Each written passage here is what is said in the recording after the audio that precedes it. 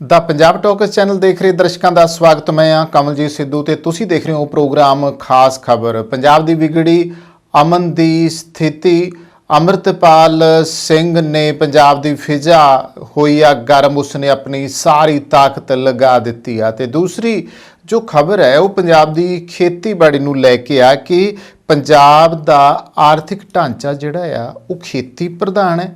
ਇਹਦੇ ਉੱਤੇ ਗੱਲ ਜਿਹੜੀ ਆ ਖਾਸ ਤੌਰ ਦੇ ਉੱਤੇ ਕਰਾਂਗੇ। ਔਰ ਸਭ ਤੋਂ ਪਹਿਲਾਂ ਆਉਨੇ ਆ ਅੰਮ੍ਰਿਤਪਾਲ ਹੋਣਾ ਦੀ ਖਬਰ ਤੇ।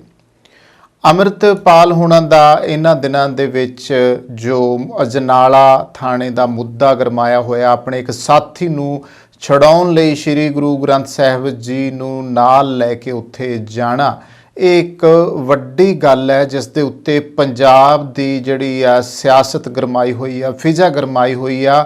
ਔਰ ਕਿਹਾ ਜਾ ਰਿਹਾ ਹੈ ਕਿ ਅੰਮ੍ਰਿਤਪਾਲ ਨੇ ਆਪਣੀ ਸਾਰੀ ਤਾਕਤ ਝੋਕ ਦਿੱਤੀ ਆ। ਬੜੀ ਹੈਰਾਨੀ ਦੀ ਗੱਲ ਆ।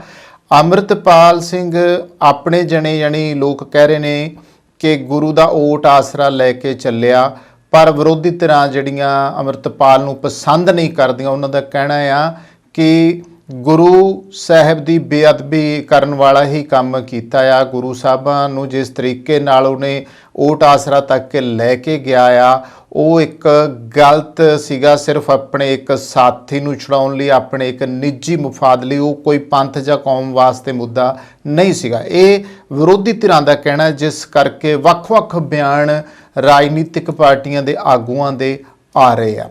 ਤਾਂ ਇਸ ਬਾਰੇ ਕਹਿ ਸਕਦੇ ਹਾਂ ਕਿ ਪੰਜਾਬ ਦੇ ਵਿੱਚ ਜਿਹੜੀ ਮੌਸਮੀ ਸਰਦੀ ਹੀ ਖਤਮ ਨਹੀਂ ਹੋ ਰਹੀ। ਤਾਂ ਇੱਥੇ ਜੋ ਆ ਪੰਜਾਬ ਦੀ ਜਿਹੜੀ ਫਿਜ਼ਾ ਆ ਉਹ ਕਾਫੀ ਗਰਮਾਈ ਹੋਈ ਆ। ਇਹਦੇ ਵਿੱਚ ਖਾਸ ਤੌਰ ਤੇ ਜਿਹੜੇ ਸਿਆਸੀ ਸਿਆਣੇ ਆ, ਸਿਆਸੀ ਮਾਹਿਰ ਹੈ, ਉਹਨਾਂ ਨੂੰ ਵੀ ਸਮਝ ਨਹੀਂ ਆ ਰਹੀ ਕਿ ਅਚਾਨਕ ਆਈ ਗਰਮੀ ਦਾ ਅੰਤ ਨਤੀਜਾ ਨਿਕਲੂਗਾ ਕੀ ਹੈ ਸਾਰਾ ਮਾਜਰਾ। ਆਪ ਸਰਕਾਰ ਦੇ ਜਿਹੜੇ ਵਿਰੋਧੀ ਉਹ ਤਾਂ ਖੁੱਲ੍ਹ ਕੇ ਕਹਿ ਰਹੇ ਆ ਕਿ ਹੁਣ ਪੰਜਾਬ ਵਿੱਚ ਗਵਰਨਰੀ ਰਾਜ ਲਗਵਾ ਕੇ ਹੀ ਰਹਿਣਗੇ, ਜਦੋਂ ਕਿ ਆਪ ਸਰਕਾਰ ਦੇ ਹਮਾਇਤੀ ਸਪਸ਼ਟ ਨੇ ਕਿ ਮਾਮਲਾ ਹਾਈ ਕੋਰਟ ਤੇ ਸੁਪਰੀਮ ਕੋਰਟ ਵਿੱਚ ਜਾ ਕੇ ਸੁਲਝੇਗਾ। ਕਈ ਮਾਮਲੇ ਜਿਹੜੇ ਨੇ ਉਲਝੇ ਹੋਏ ਆ, ਚਾਹੇ ਉਹ ਰਾਜਪਾਲ ਬਨਵਾਰੀ ਲਾਲ ਦੇ ਨਾਲ ਜਿਹੜੀ ਟਸਲਬਾਜ਼ੀ ਸੀਐਮ ਦੀ ਚੱਲਦੀ ਪਈ ਆ ਉਹ ਲੈ ਲਓ, ਚਾਹੇ ਇਹ ਅੰਮ੍ਰਿਤਪਾਲ ਵਾਲਾ ਮੁੱਦਾ ਹੈ ਜਿਸ ਦੇ ਉੱਤੇ ਹੁਣ ਸਾਰੀਆਂ ਧਿਰਾਂ ਨੇ ਬੋਲਣਾ ਸ਼ੁਰੂ ਕਰ ਦਿੱਤਾ ਹੈ। ਤਾਂ ਪੰਜਾਬ ਦੀ ਫਿਜ਼ਾ ਨੂੰ ਹੋਰ ਗਰਮ ਕਰਨ ਲਈ ਅੰਮ੍ਰਿਤਪਾਲ ਸਿੰਘ ਨੇ ਆਪਣੀ ਤਾਕਤ ਲਗਾ ਦਿੱਤੀ ਹੈ। ਆਪਣੇ ਇੱਕ ਗ੍ਰਿਫਤਾਰ ਕੀਤੇ ਗਏ ਸਾਥੀ ਨੂੰ ਪੁਲਿਸ ਕੋਲੋਂ ਛਡਾਉਣ ਲਈ ਉਸਨੇ ਲਾਠੀਆਂ ਡੰਡਿਆਂ ਨਾਲ ਲੈਸ ਭੀੜ ਸਮੇਤ ਪੁਲਿਸ ਥਾਣੇ ਦੇ ਉੱਤੇ ਹਮਲਾ ਬੋਲਿਆ। ਗੁਰੂ ਗ੍ਰੰਥ ਸਾਹਿਬ ਜੀ ਨੂੰ ਅੱਗੇ ਰੱਖ ਕੇ ਥਾਣੇ ਵੱਲ ਮਾਰਚ ਕੀਤਾ ਹੈ। ਨਤੀਜੇ ਵਜੋਂ ਪੁਲਿਸ ਨੇ ਮਾਰ ਖਾ ਕੇ ਵੀ ਗੁਰੂ ਸਾਹਿਬ ਦੀ ਬੇਅਦਬੀ ਦਾ ਦੋਸ਼ ਆਪਣੇ ਉੱਪਰ ਲੱਗਣੋਂ ਬਚਾ ਲਿਆ। ਪਰ ਵਿਰੋਧੀ ਪਾਰਟੀਆਂ ਨੂੰ ਧੂਆਂਧਾਰ ਬਿਆਨਬਾਜ਼ੀ ਕਰਨ ਦਾ ਇੱਕ ਹੋਰ ਮੌਕਾ ਮਿਲ ਗਿਆ ਆ। ਅੰਮ੍ਰਿਤਪਾਲ ਦੇ ਕਸਬਾ ਅਜਨਾਲਾ ਵਿੱਚ ਜਿਸ ਤਰੀਕੇ ਨਾਲ ਤਲਵਾਰਾਂ ਲਾਠੀਆਂ ਨਾਲ ਲੈਸ ਵੱਡੀ ਗਿਣਤੀ ਵਿੱਚ ਜੇ ਆਪਣੇ ਸਾਥੀਆਂ ਸਮੇਤ ਪੁਲਿਸ ਥਾਣੇ ਦੇ ਬਾਹਰ ਅਤੇ ਅੰਦਰ ਪੁਲਿਸ ਨਾਲ ਟਕਰਾਅ ਹੋਇਆ ਆ, ਉਸ ਨੂੰ ਅਸੀਂ ਪੰਜਾਬ ਲਈ ਬੇਹੱਦ ਮੰਦਭਾਗਾ ਕਹਿੰਦੇ ਆ। ਪਹਿਲਾਂ ਹੀ ਰਾਜ ਵਿੱਚ ਅਮਨ ਕਾਨੂੰਨ ਦੀ ਜਿਹੜੀ ਸਥਿਤੀ ਹੈ ਉਹ ਕਾਫੀ ਬਦਤਰ ਚੱਲ ਰਹੀ ਆ। ਚੋਰੀ, ਡਕੈਤੀ, ਲੁੱਟਮਾਰ, ਕਤਲ, ਗੈਂਗਸਟਰਵਾਦ, ਨਸ਼ਾਵਾਦ, ਮਤਲਬ ਇਹ ਸਾਰੀਆਂ ਚੀਜ਼ਾਂ ਨੂੰ ਲੈ ਕੇ ਦੇਖਿਆ ਜਾਵੇ ਤਾਂ ਪੰਜਾਬ ਦੀ ਜੋ ਸਥਿਤੀ ਆ ਉਹ ਵਾਕਿਆ ਹੀ ਕਾਫੀ ਬਦਤਰ ਆ। ਇਸ ਇੱਕ ਘਟਨਾ ਨੂੰ ਕਈ ਪੱਖਾਂ ਤੋਂ ਵੇਖਿਆ ਜਾ ਰਿਹਾ ਆ। ਇਸ ਝਗੜੇ ਵਿੱਚ ਸ੍ਰੀ ਗੁਰੂ ਗ੍ਰੰਥ ਸਾਹਿਬ ਜੀ ਨੂੰ ਲੈ ਕੇ ਜਾਣਾ ਅਤੇ ਫਿਰ ਉੱਥੇ ਲਗਾਤਾਰ ਹੰਗਾਮਾ ਮਚਾਏ ਜਾਣ ਨੂੰ ਧਾਰਮਿਕ ਪੱਖ ਤੋਂ ਵੱਡੀ ਬੇਅਦਬੀ ਮੰਨਿਆ ਜਾਵੇਗਾ, ਜਿਸ ਨੇ ਬੇਹੱਦ ਮਾੜੀ ਪਰੰਪਰਾ ਨੂੰ ਜਨਮ ਦਿੱਤਾ। ਇੱਦਾਂ ਕਦੇ ਵੀ ਨਹੀਂ ਹੋਇਆ ਇਤਿਹਾਸ ਵਿੱਚ। ਇਹ ਪਹਿਲੀ ਵਾਰੀ ਆ ਕਿ ਜੋ ਇਹ ਕੁਝ ਹੋ ਰਿਹਾ ਹੈ। ਔਰ ਇੱਥੋਂ ਤੱਕ ਲੋਕਾਂ ਨੇ ਕਹਿਣਾ ਸ਼ੁਰੂ ਕੀਤਾ ਆ ਕਿ ਨਾ SGPC ਦਾ ਪ੍ਰਧਾਨ ਬੋਲਿਆ, ਨਾ ਜਥੇਦਾਰ ਅਕਾਲ ਤਖਤ ਸਾਹਿਬ ਜਿਹੜੇ ਆ ਉਹ ਬੋਲੇ ਨੇ, ਗਿਆਨੀ ਹਰਪ੍ਰੀਤ ਸਿੰਘ। ਔਰ ਉਹਨਾਂ ਦੀ ਜਿਹੜੀ ਚੁੱਪ ਹੈ ਉਹ ਆਮ ਜਿਹੜੇ ਲੋਕ, ਸੁਹਿਰਦ ਨੇਕਸੀਰਤ ਲੋਕ ਨੇ, ਉਹ ਉਹਨਾਂ ਨੂੰ ਚੁੱਭਦੀ ਆ ਵੀ ਇਹ ਕਿਉਂ ਚੁੱਪ ਬੈਠੇ ਆ। ਮਾਮਲਾ ਕੋਈ ਮਾੜਾ ਮੋਟਾ ਨਹੀਂ, ਸਿੱਖਾਂ ਦੀ ਗਵਾਹੀ ਕਰਦੇ ਪੂਰੀ ਦੁਨੀਆ ਦੇ ਰਹਿਬਰ ਸ੍ਰੀ ਗੁਰੂ ਗ੍ਰੰਥ ਸਾਹਿਬ ਜੀ ਨੂੰ ਨਾਲ ਲੈ ਕੇ ਜਾਣ ਦਾ ਆ, ਉਹ ਵੀ ਇੱਕ ਨਿੱਜੀ ਮਾਮਲੇ ਦੇ ਵਿੱਚ। ਅਸੀਂ ਕਿਸ ਮਕਸਦ ਲਈ ਗੁਰੂ ਸਾਹਿਬਾਂ ਨੂੰ ਵਰਤਣਾ ਸ਼ੁਰੂ ਕੀਤਾ? ਅਸੀਂ ਤਾਂ ਗਵਾਹੀ ਲੈਣੀ ਸੀਗੀ, ਅਸੀਂ ਗਵਾਹੀ ਲੈਣ ਵਾਲੇ ਪਾਸੋਂ ਕਿਸ ਪਾਸੇ ਆ ਗਏ ਆ। ਇਹ ਹੈਰਾਨੀ ਦੀ ਗੱਲ ਹੈ। ਤਾਂ ਇਸ ਬਾਰੇ ਪੁਲਿਸ ਮੁਖੀ ਤੱਕ ਨੇ ਬਿਆਨ ਦਿੱਤਾ ਆ ਕਿ ਗੁਰੂ ਗ੍ਰੰਥ ਸਾਹਿਬ ਜੀ ਦੀ ਮੌਜੂਦਗੀ ਵਿੱਚ ਹਿੰਸਕ ਭੀੜ ਵੱਲੋਂ ਥਾਣੇ ਵਿੱਚ ਦਾਖਲ ਹੋਣ ਕਰਕੇ ਪੁਲਿਸ ਵਧੇਰੇ ਸਖਤ ਕਦਮ ਨਾ ਚੁੱਕਣ ਲਈ ਮਜਬੂਰ ਸੀ, ਕਿਉਂਕਿ ਇਸ ਗੱਲ ਨੂੰ ਹੋਰ ਅੱਗੇ ਵਧਾਉਣ ਦੇ ਨਾਲ ਧਾਰਮਿਕ ਭਾਵਨਾਵਾਂ ਨੂੰ ਸੱਟ ਵੱਜਦੀ ਸੀ। ਉੱਥੇ ਸਥਿਤੀ ਹੋਰ ਵੀ ਨਾਜ਼ੁਕ ਬਣ ਸਕਦੀ ਸੀ। ਇਸ ਤਰ੍ਹਾਂ ਨਾਲ ਨਾ ਤਾਂ ਅੱਜ ਧਰਮ ਦੇ ਨਾਂ ਤੇ ਅਜਿਹੀਆਂ ਨੈਤਿਕ ਕਾਰਵਾਈਆਂ ਜਿਹੜੀਆਂ ਨੇ ਕਰਨ ਵਾਲਿਆਂ ਨਾਲੋਂ ਪੁਲਿਸ ਨੂੰ ਹੀ ਵਧੇਰੇ ਸਮਝਦਾਰ ਮੰਨਿਆ ਜਾ ਸਕਦਾ ਆ, ਤੇ ਦੂਜੇ ਪਾਸੇ ਸਿੱਖ ਸਮਾਜ ਨੂੰ ਇਹ ਨਿਰਣਾ ਕਰਨਾ ਹੋਊਗਾ ਕਿ ਪਵਿੱਤਰ ਸ੍ਰੀ ਗੁਰੂ ਗ੍ਰੰਥ ਸਾਹਿਬ ਜੀ ਦੀ ਨਿੱਜੀ ਲੜਾਈਆਂ ਵਿੱਚ ਇਸ ਕਦਰ ਵਰਤੋਂ ਕਰਨਾ ਕਿੰਨਾ ਕੁ ਤੇ ਕਿਸ ਤਰੀਕੇ ਨਾਲ ਜਾਇਜ਼ ਹੈ। ਇਸ ਬੇਹੱਦ ਨਾਜ਼ੁਕ ਮੁੱਦੇ ਬਾਰੇ ਹੋਰ ਗੱਲ ਕਰਨਾ ਕਿਸੇ ਵੀ ਤਰ੍ਹਾਂ ਠੀਕ ਨਹੀਂ ਹੈ। ਜਿੱਥੋਂ ਤੱਕ ਸਰਕਾਰ ਅਤੇ ਪ੍ਰਸ਼ਾਸਨ ਦਾ ਸੰਬੰਧ ਹੈ, ਵਾਪਰੀ ਘਟਨਾ ਦੇ ਵਿੱਚ ਜਿਹੇ ਹੀ ਹੋਰ ਵਾਪਰ ਰਹੇ ਸਮੁੱਚੇ ਵਰਤਾਰੇ ਲਈ ਉਹਨਾਂ ਨੂੰ ਆਪਣੇ ਫਰਜ਼ਾਂ ਤੋਂ ਬੁਰੀ ਤਰ੍ਹਾਂ ਪਛੜ ਗਏ ਸਮਝਦੇ ਆ। ਸਰਕਾਰ ਦਾ ਇਸ ਮਾਮਲੇ ਦੇ ਵਿੱਚ ਚੁੱਪ ਕਰਨਾ ਕਿ ਸਰਕਾਰ ਕੁਝ ਕਰ ਨਹੀਂ ਰਹੀ ਬੜੀ ਹੈਰਾਨੀ ਦੀ ਗੱਲ ਹੈ। ਹਾਲਾਂਕਿ ਭਗਵੰਤ ਮਾਨ ਹੋਰਾਂ ਦਾ ਬਿਆਨ ਜ਼ਰੂਰ ਆਇਆ ਇਸ ਮਾਮਲੇ ਦੇ ਉੱਤੇ ਕਿ ਸ੍ਰੀ ਗੁਰੂ ਗ੍ਰੰਥ ਸਾਹਿਬ ਦੀ ਅਗਵਾਈ ਦੇ ਵਿੱਚ ਇਸ ਤਰੀਕੇ ਨਾਲ ਜਿਹੜੀ ਅਸੀਂ ਸਿੱਖ ਕੌਮ ਕਰਦੇ ਆਏ ਆ, ਪਰ ਇੱਥੇ ਕੰਮ ਉਲਟਾ ਹੋਇਆ ਆ। ਅਗਵਾਈ ਤਾਂ ਕੀ ਕਰਨੀ ਸੀ, ਸਗੋਂ ਢਾਲ ਬਣਾ ਕੇ ਸ੍ਰੀ ਗੁਰੂ ਗ੍ਰੰਥ ਸਾਹਿਬ ਜੀ ਨੂੰ ਵਰਤਿਆ ਗਿਆ ਆ। ਅੱਜ ਸੂਬੇ ਵਿੱਚ ਥਾਂ ਥਾਂ ਦੇ ਉੱਤੇ ਧਰਨੇ ਲੱਗੇ ਹੋਏ ਆ ਤੇ ਇਸ ਗੱਲ ਦੀ ਬੇਯਕੀਨੀ ਬਣ ਗਈ ਹੈ ਕਿ ਕੋਈ ਵੀ ਯਾਤਰੀ ਸਮੇਂ ਸਿਰ ਆਪਣੀ ਮੰਜ਼ਿਲ ਤੇ ਪਹੁੰਚ ਸਕੂਗਾ ਜਾਂ ਨਹੀਂ। ਸਥਿਤੀ ਅਜਿਹੀ ਬਣਦੀ ਜਾ ਰਹੀ ਹੈ ਕਿ ਲੋਕ ਆਪਣੇ ਘਰਾਂ ਤੋਂ ਚੱਲਣ ਲੱਗਿਆਂ ਵੀ ਸੋਚਣ ਲੱਗੇ ਆ। ਲੁੱਟਾਂ ਖੋਹਾਂ ਚੋਰੀਆਂ ਦਾ ਜਿਹੜਾ ਆ ਚੱਲਣਾ ਹੋਰ ਵਧੇਰੇ ਵੱਧ ਗਿਆ। ਤਰ੍ਹਾਂ ਤਰ੍ਹਾਂ ਦੀਆਂ ਫਰੌਤੀਆਂ ਲਈ ਦਿੱਤੀਆਂ ਜਾ ਰਹੀਆਂ ਧਮਕੀਆਂ ਨੇ ਮਾਹੌਲ ਵਿੱਚ ਦਹਿਸ਼ਤ ਪੈਦਾ ਕਰ ਦਿੱਤੀ ਹੈ। ਪਿਛਲੇ 10 ਮਹੀਨਿਆਂ ਵਿੱਚ ਅਨੇਕਾਂ ਹੀ ਖਬਰਾਂ ਮਿਲਦੀਆਂ ਰਹੀਆਂ ਕਿ ਵਪਾਰੀ ਅਤੇ ਸਨਅਤਕਾਰਾਂ ਨੇ ਇੱਥੋਂ ਆਪਣਾ ਸਮਾਨ ਸਮੇਟਣਾ ਸ਼ੁਰੂ ਕਰ ਦਿੱਤਾ ਹੈ। ਇੱਥੇ ਉਹਨਾਂ ਦੇ ਪ੍ਰਵਾਸ ਕਰਨ ਦੀ ਸੂਚੀ ਲੰਬੀ ਹੁੰਦੀ ਜਾ ਰਹੀ ਹੈ। ਉਹ ਕਈ ਦੂਸਰੇ ਸੂਬਿਆਂ ਵਿੱਚ ਆਪਣੇ ਆਪ ਨੂੰ ਸਥਾਪਿਤ ਕਰਨ ਲਈ ਔੜ ਪੌੜ ਕਰ ਰਹੇ ਨੇ।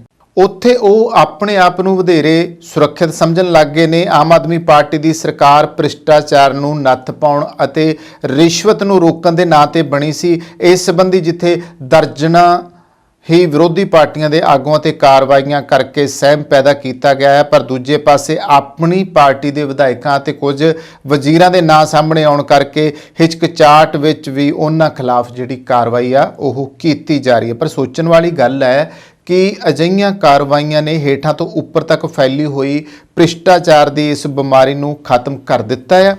ਮਿਲ ਰਹੀਆਂ ਖਬਰਾਂ ਮੁਤਾਬਕ ਧਰਾਤਲ ਤੇ ਅਸਲੀ ਰੂਪ ਵਿੱਚ ਸਥਿਤੀ ਇਸ ਤੋਂ ਉਲਟ ਜਿਹੜੀ ਆ ਉਹ ਦਿਖਾਈ ਦਿੰਦੀ ਆ। ਬਹੁਤ ਸਾਰੀਆਂ ਅਜਿਹੀਆਂ ਗੱਲਾਂ ਵੀ ਸਾਹਮਣੇ ਆਈਆਂ ਨੇ ਜਿਸ ਵਿੱਚ ਵਾੜ ਹੀ ਖੇਤ ਨੂੰ ਖਾਣ ਵਾਲੀ ਜਿਹੜੀ ਆ ਗੱਲ ਹੋਈ ਜਾਪਦੀ ਆ। ਅਜਿਹੇ ਹਾਲਾਤਾਂ ਦੇ ਵਿੱਚ ਜਿੰਨੇ ਵੀ ਨਾਅਰੇ ਲਗਾਏ ਜਾਣ, ਬਿਆਨ ਦਿੱਤੇ ਜਾਣ, ਇਸ਼ਤਿਹਾਰਬਾਜ਼ੀ ਕੀਤੀ ਜਾਵੇ, ਉਹ ਖੋਖਲੀ ਜਾਪੇਗੀ ਅਤੇ ਢੋਲ ਦਾ ਪੋਲ ਨਜ਼ਰ ਆਊਗੀ।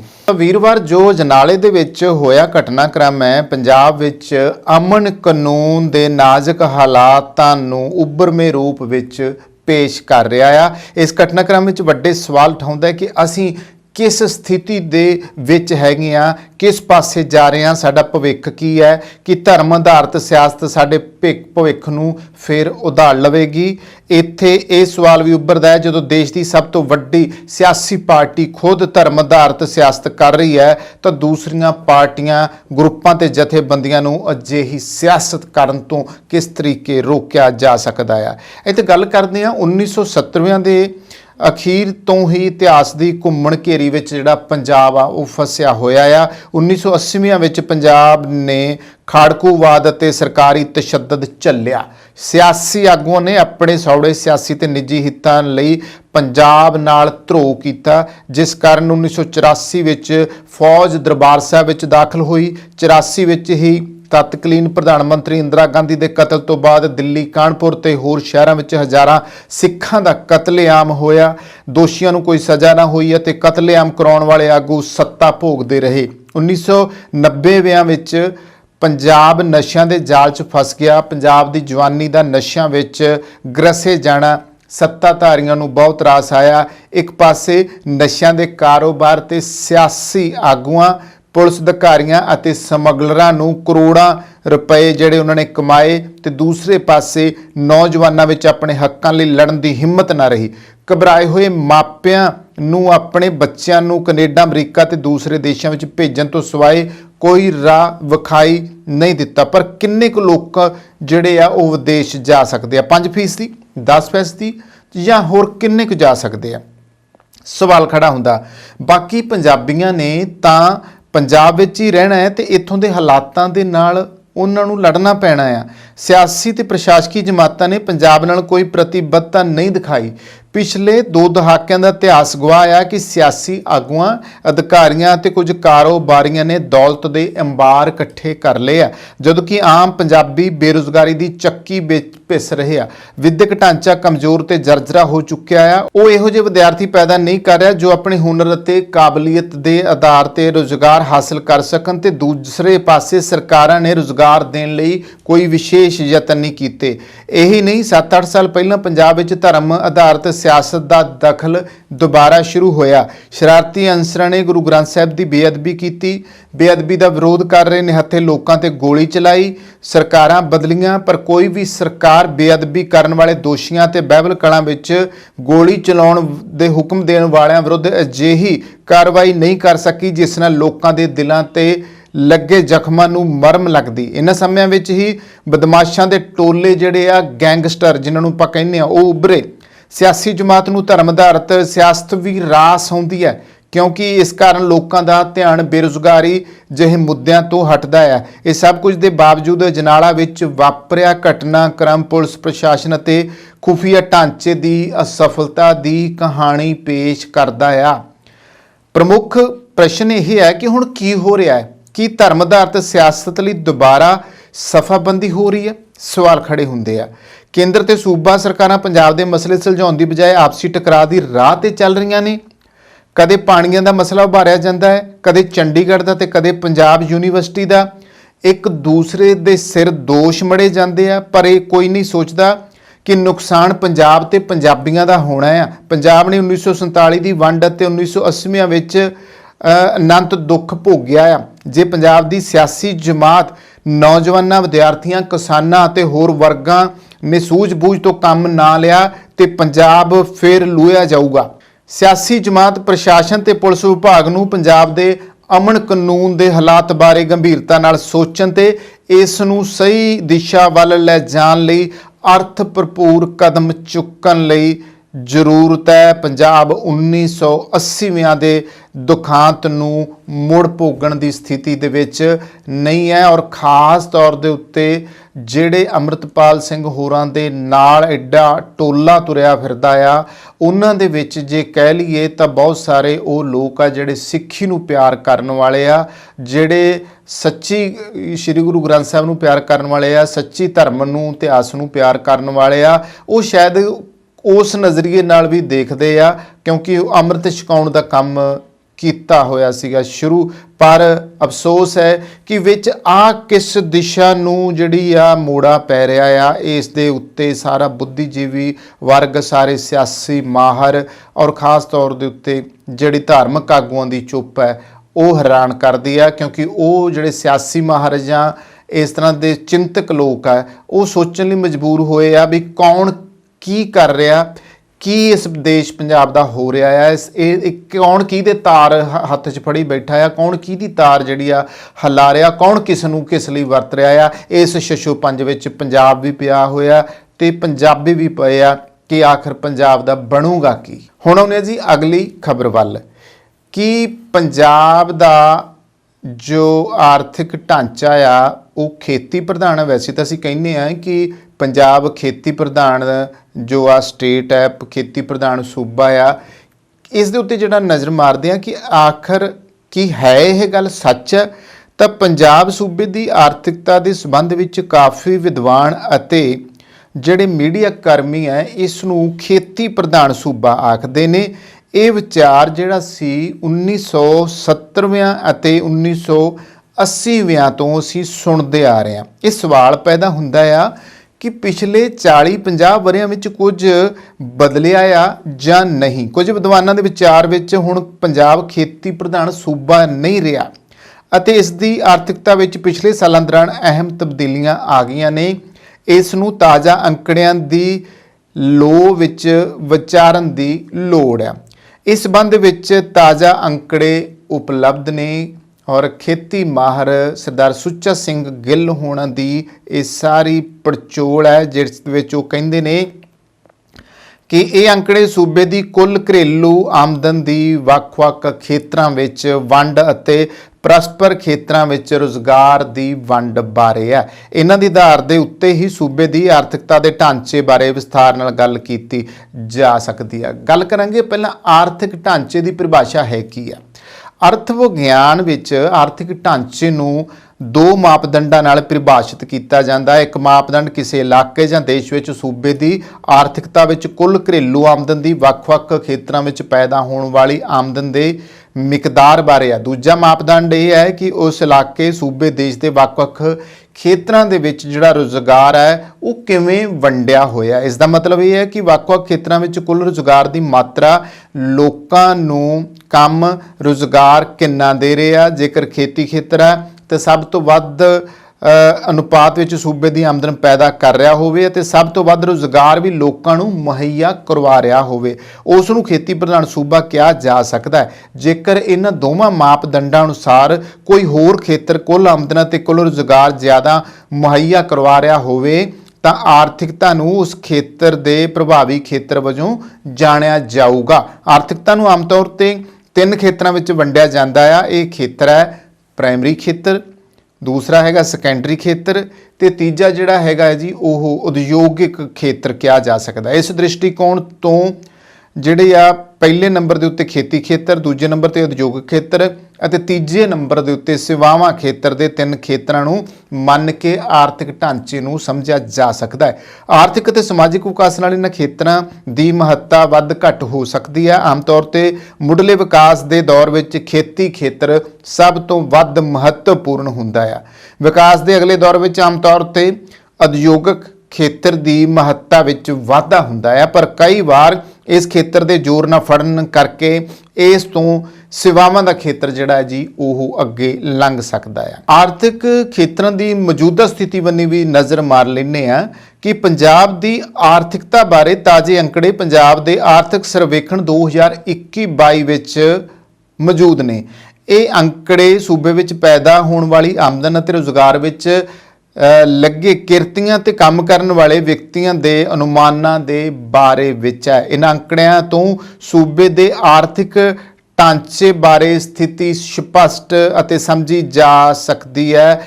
ਇਹਨਾਂ ਅੰਕੜਿਆਂ ਤੋਂ ਸੂਬੇ ਦੇ ਆਰਥਿਕ ਢਾਂਚੇ ਬਾਰੇ ਸਥਿਤੀ ਸਪਸ਼ਟ ਕੀਤੀ ਅਤੇ ਸਮਝੀ ਜਾ ਸਕਦੀ ਹੈ। ਇਹ ਅੰਕੜੇ ਇੱਕ ਸਾਰਣੀ ਵਿੱਚ ਇਦਾਂ ਆ।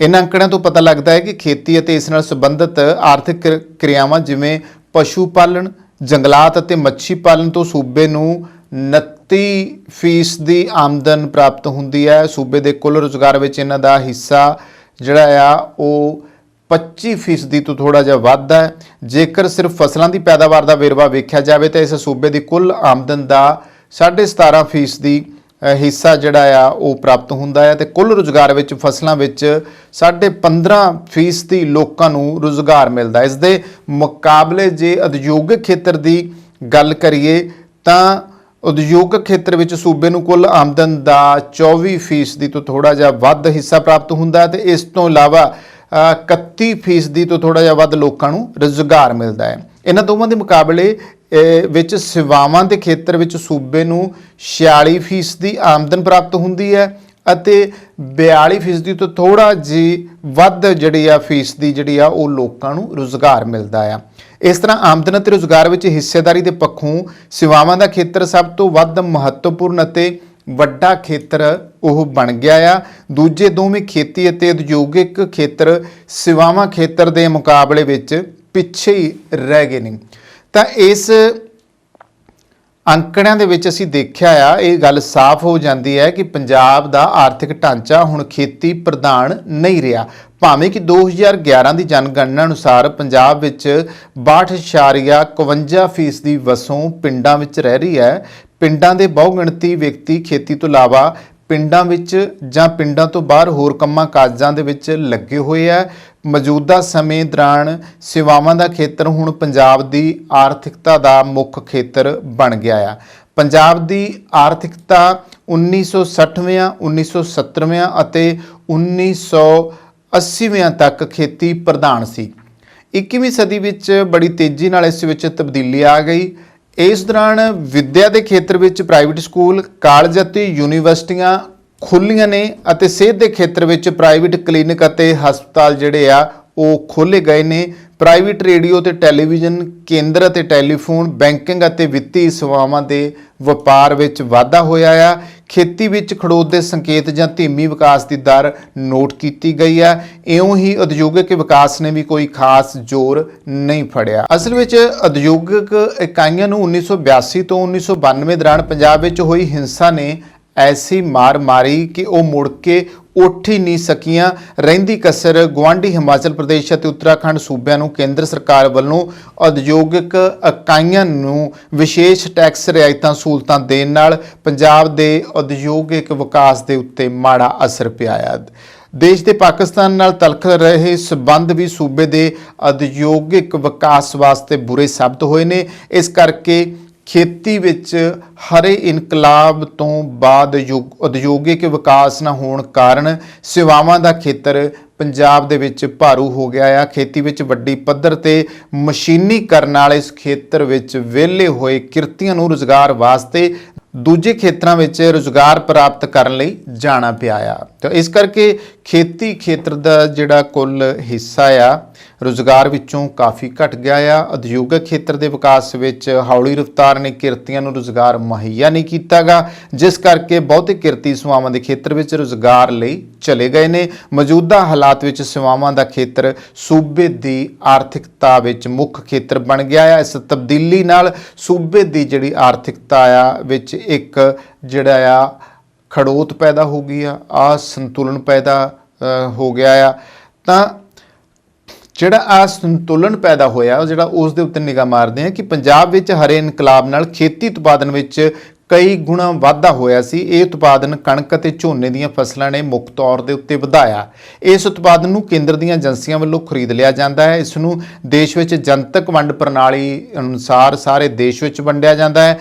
ਕਣਕ ਨੂੰ ਸਿੱਧੇ ਤੌਰ ਤੇ ਅਤੇ ਝੋਨੇ ਨੂੰ ਚੌਲਾਂ ਵਿੱਚ ਤਬਦੀਲ ਕਰਕੇ ਵੰਡਿਆ ਜਾਂਦਾ ਹੈ। ਇਹਨਾਂ ਫਸਲਾਂ ਦੀ ਸਹੀ ਪ੍ਰੋਸੈਸਿੰਗ ਨਹੀਂ ਕੀਤੀ ਜਾਂਦੀ। ਇਸ ਕਰਕੇ ਪੰਜਾਬ ਦੇ ਆਰਥਿਕ ਖੇਤਰਾਂ ਵਿੱਚ ਅਸੰਤੁਲਨ ਪੈਦਾ ਹੋ ਗਿਆ, ਜਿਸ ਨੂੰ ਦਰੁਸਤ ਕਰਨ ਦੀ ਲੋੜ ਹੈ। ਇਸ ਦੇ ਨਾਲ ਹੀ ਆਰਥਿਕਤਾ ਦੇ ਵਿਕਾਸ ਨੂੰ ਹੁਲਾਰਾ ਜੋ ਆ ਉਹ ਮਿਲ ਸਕਦਾ ਆ। ਰੁਜ਼ਗਾਰ ਦੇ ਜਿਹੜੇ ਮੌਕੇ ਆ ਉਹ ਪੈਦਾ ਕੀਤੇ ਜਾ ਸਕਦੇ ਆ। ਆਰਥਿਕ ਸੰਕਟ ਦੇ ਹੱਲ ਵੱਲ ਵਧਿਆ ਜਾ ਸਕਦਾ ਹੈ। ਜੇਕਰ ਖੇਤੀ ਫਸਲਾਂ ਦੀ ਪ੍ਰੋਸੈਸਿੰਗ, ਅਸੀਂ ਪਹਿਲਾਂ ਵੀ ਗੱਲ ਕਰ ਚੁੱਕੇ ਹਾਂ ਕਿ ਜੇ ਇੱਥੇ ਖੇਤੀ ਸਨਅਤਾਂ ਲਗਾਈਆਂ ਜਾਂਦੀਆਂ ਤੇ ਖੇਤੀ ਜਿਹੜੀਆਂ ਸਾਡੀਆਂ ਫਸਲਾਂ ਆ ਉਹਦੀ ਪ੍ਰੋਸੈਸਿੰਗ ਕਰਕੇ ਵੇਚਿਆ ਜਾਵੇ ਤਾਂ ਇਸ ਨਾਲ ਪੰਜਾਬ ਦੇ ਉਦਯੋਗਿਕ ਵਿਕਾਸ ਨੂੰ ਕਾਫੀ ਹੁਲਾਰਾ ਮਿਲ ਸਕਦਾ ਹੈ ਅਤੇ ਕਾਫੀ ਕਿਰਤੀਆਂ ਨੂੰ ਇਸ ਖੇਤਰ ਵਿੱਚ ਜਿਹੜਾ ਰੁਜ਼ਗਾਰ ਹੈ ਉਹ ਮਿਲ ਸਕਦਾ ਆ। ਇਹ ਪ੍ਰਕਿਰਿਆ ਸੇਵਾਵਾਂ ਦੇ ਖੇਤਰ ਨੂੰ ਵੀ ਤੇਜ਼ੀ ਨਾਲ ਵਿਕਾਸ ਦੇ ਰਾਹ ਤੇ ਤੋਰ ਸਕਦੀ ਹੈ। ਇਸ ਕਰਕੇ ਅਰਥ ਵਿਗਿਆਨੀ ਇਹ ਮਸ਼ਵਰਾ ਦੇ ਰਹੇ ਨੇ ਕਿ ਖੇਤੀ ਵਿੱਚ ਫਸਲਾਂ ਦੀ ਵੰਨ-ਸੁਵੰਨਤਾ ਤੇ ਨਵੀਆਂ ਫਸਲਾਂ ਦੀ ਪ੍ਰੋਸੈਸਿੰਗ ਕਰਕੇ ਵੇਚੀ ਜਾਵੇ। ਇਸ ਰਾਹੀਂ ਹੀ ਪੰਜਾਬ ਦੇ ਵਿਕਾਸ ਨੂੰ ਹੌਲੀ ਤੋਂ ਤੇਜ਼ ਗਤੀ ਵੱਲ ਲਈ ਜਿਹੜਾ ਮੋੜਿਆ ਜਾ ਸਕਦਾ ਆ। ਇਹ ਰਾਹ ਜਿਹੜਾ ਆ ਆਮਦਨ ਵਿੱਚ ਵਾਧੇ ਦੇ ਨਾਲ ਰੁਜ਼ਗਾਰ ਜਿਹੜਾ ਆ ਉਹ ਪੈਦਾ ਕਰਨ ਦੀ ਸਮਰੱਥਾ ਵੀ ਰੱਖਦਾ ਆ। ਇਸ ਦੇ ਨਾਲ ਹੀ ਪੰਜਾਬ ਦੇ ਜ਼ਮੀਨੀ ਪਾਣੀ ਅਤੇ ਵਾਤਾਵਰਣ ਨੂੰ ਬਚਾਉਣ ਵਿੱਚ ਮਦਦ ਮਿਲ ਸਕਦੀ ਆ।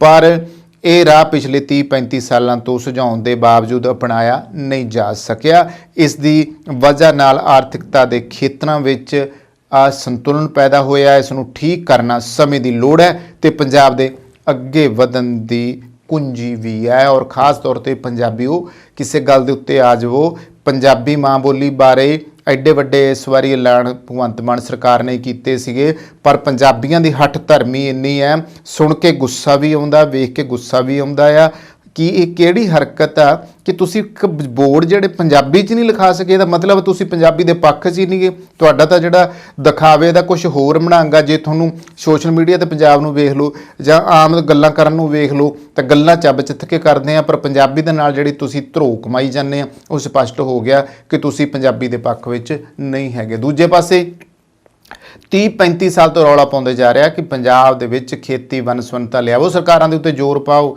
ਵਨਸਵੰਨਤਾ ਲਿਆਉਣੀ ਹੈ, ਮੰਡੀਕਰਨ ਨੂੰ ਦੇਣ, ਤੁਹਾਨੂੰ ਮੰਡੀਕਰਨ ਦੀ ਮੰਗ ਉਠਾਓ, ਐਮਐਸਪੀ ਤੇ ਜਿੱਥੇ ਅੜੇ ਹੋਏ ਹੋ ਤੇ ਮੰਡੀਕਰਨ ਦੀ ਮੰਗ ਤੇ ਵਨਸਵੰਨਤਾ ਦੀ ਮੰਗ ਦੇ ਉੱਤੇ ਆਓ, ਸੂਬਾ ਸਰਕਾਰ ਨੂੰ ਕਹੋ, ਕੇਂਦਰ ਸਰਕਾਰ ਨੂੰ ਕਹੋ, ਫਿਰ ਇੱਥੇ ਉਹਨਾਂ ਫਸਲਾਂ ਨੂੰ ਨਹੀਂ ਆਓ ਵੀ ਪੰਜਾਬ ਦਾ ਵਾਤਾਵਰਨ ਚੁਗਿਰਦਾ ਤੇ ਪਾਣੀ ਬਚਾਉਣਾ ਆ ਤੇ ਤਾਂ ਇਹ ਤੁਹਾਨੂੰ ਫਾਇਦਾ ਦੇ ਸਕਦਾ। ਨਹੀਂ ਤਾਂ ਜੇ ਤੁਸੀਂ ਇਹਨਾਂ ਹੱਠ ਧਰਮੀ ਹੁਣ ਵੀ ਨਾ ਛੱਡੀ ਤਾਂ ਉਹ ਦਿਨ ਦੂਰ ਨਹੀਂ ਆ 2025 ਤੋਂ ਬਾਅਦ ਪੰਜਾਬ ਦੇ ਪਾਣੀ ਦਾ ਜਮ੍ਹਾਂ ਖਾਤਮਾ ਹੋਣ ਵਾਲਾ ਜਿਹੜਾ ਅੰਡਰਗਰਾਊਂਡ ਵਾਟਰ ਸੀ, ਜਿਹਨੂੰ ਅਸੀਂ ਜ਼ਮੀਨੀ ਪਾਣੀ ਕਹਿੰਦੇ ਹਾਂ।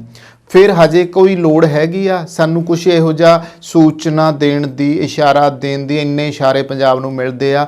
ਕਦੋਂ ਸੁਧਰਨਾ? ਜਦੋਂ ਪੰਜਾਬ ਦੀ ਹਾਲਤ ਖਤਮ ਹੋ ਗਈ, ਪੰਜਾਬ ਫੇਰ ਖਤਮ ਹੋ ਗਿਆ, ਹੜੱਪਾ ਮੋਹਜੂਦੜੋ ਸਭਿਅਤਾ ਤਰ੍ਹਾਂ ਖਤਮ ਹੋ ਗਿਆ, ਉਦੋਂ ਕਰੋਗੇ। ਅਫਸੋਸ ਹੈ। ਸੋ ਹੁਣ ਦੇਖਣਾ ਇਹ ਆ ਕਿ ਤੁਸੀਂ ਇਹਨਾਂ ਗੱਲਾਂ ਉੱਤੇ ਕਦੋਂ ਆਉਣੇ ਹੋ। ਦੋਸਤੋ, ਇਹ ਸੀ ਦੋ ਖਬਰਾਂ ਜਿਨ੍ਹਾਂ ਉੱਤੇ ਗੱਲਬਾਤ ਕੀਤੀ। ਕਿੱਦਾਂ ਲੱਗਦੇ ਨੇ ਸਾਡੇ ਪ੍ਰੋਗਰਾਮ, ਇਸ ਬਾਰੇ ਸਾਨੂੰ ਜ਼ਰੂਰ ਦੱਸਿਆ ਕਰੋ। ਇੱਥੇ ਹੀ ਸਮਾਪਤੀ ਕਰਦੇ ਹਾਂ। ਕੈਮਰਾ ਪਰਸਨ ਜਸ਼ਨਦੀਪ ਦੇ ਨਾਲ ਕਮਲਜੀਤ ਸਿੱਧੂ ਦਾ ਪੰਜਾਬ ਟਾਕਸ ਚੈਨਲ। ਤੁਹਾਡੀਆਂ ਗੱਡੀਆਂ ਲਈ ਕਿਸੇ ਵੀ ਤਰ੍ਹਾਂ ਦੀ ਮੁਰੰਮਤ ਜਾਂ 4 ਵੀਲਰ ਹੈਲਪਲਾਈਨ ਜੇਕਰ ਤੁਸੀਂ ਭਾਲ ਰਹੇ ਹੋ ਤਾਂ ਸੰਪਰਕ ਕਰੋ ਤੁਹਾਡੇ ਆਪਣੇ ਸ਼ਹਿਰ ਵਿਨੀਪੈਗ 'ਚ ਟਾਊਨ ਆਟੋ ਬਾਡੀ ਵਿਖੇ। ਸਤਿ ਸ੍ਰੀ ਅਕਾਲ ਜੀ, ਮੇਰਾ ਨਾਮ ਹੈਗਾ Shamsher Singh, town auto body ਤੋਂ। ਰੱਬ ਨਾ ਕਰੇ ਤੁਹਾਡੀ ਗੱਡੀ ਨੂੰ ਕੁਝ ਹੋ ਜਾਂਦਾ ਵਾ ਤੇ ਤੁਸੀਂ ਸਿੱਧਾ ਟਾਊਨ ਆਟੋ ਬਾਡੀ ਤੇ ਆਓ। ਅਸੀਂ ਇੱਥੇ ਇਹ ਸਾਡੀ ਜਿਹੜੀ ਸ਼ਾਪ ਹੈਗੀ ਡਾਇਰੈਕਟ ਰਿਪੇਅਰ ਸ਼ਾਪ ਹੈਗੀ ਆ। ਅਸੀਂ ਆਪਣੇ ਆਪ ਹੀ ਐਮਪੀਏ ਨੂੰ ਕਾਲ ਕਰਕੇ ਤੁਹਾਡੀ ਗੱਡੀ ਦਾ ਕਲੇਮ ਖੋਲ ਦਿੰਦੇ ਹਾਂ ਤੇ ਤੁਹਾਡੀ ਗੱਡੀ ਦਾ ਐਸਟੀਮੇਟ ਬਣਾ ਕੇ ਐਮਪੀਏ ਨੂੰ ਭੇਜ ਦਿੰਦੇ ਹਾਂ। ਕੋਈ ਵੀ ਤੁਹਾਡੀ ਗੱਡੀ ਤੇ ਸਕ੍ਰੈਚ, ਡੈਂਟ ਜਾਂ ਕੋਈ ਤੁਹਾਡੀ ਗੱਡੀ ਦੇ ਕੋਈ ਸ਼ੀਸ਼ੇ ਤੋੜ ਗਿਆ ਵਾ, ਤੁਸੀਂ ਸਾਨੂੰ ਕਾਲ ਕਰੋ, ਅਸੀਂ ਆਪਣੇ ਆਪ ਹੀ ਗਲਾਸ ਕਲੇਮ ਖੋਲ ਲੈਂਦੇ। ਇਹ ਸ਼ਾਪ ਜਿਹੜੀ ਆ ਇਹ ਐਮਪੀਏ ਦੀ ਕ੍ਰੈਡਿਟ ਸ਼ਾਪ ਹੈਗੀ ਆ ਵਾ। ਅਸੀਂ ਸਿੱਧੀ ਡਾਇਰੈਕਟ ਬਿਲਿੰਗ ਕਰਦੇ ਹਾਂ ਐਮਪੀਏ ਨੂੰ।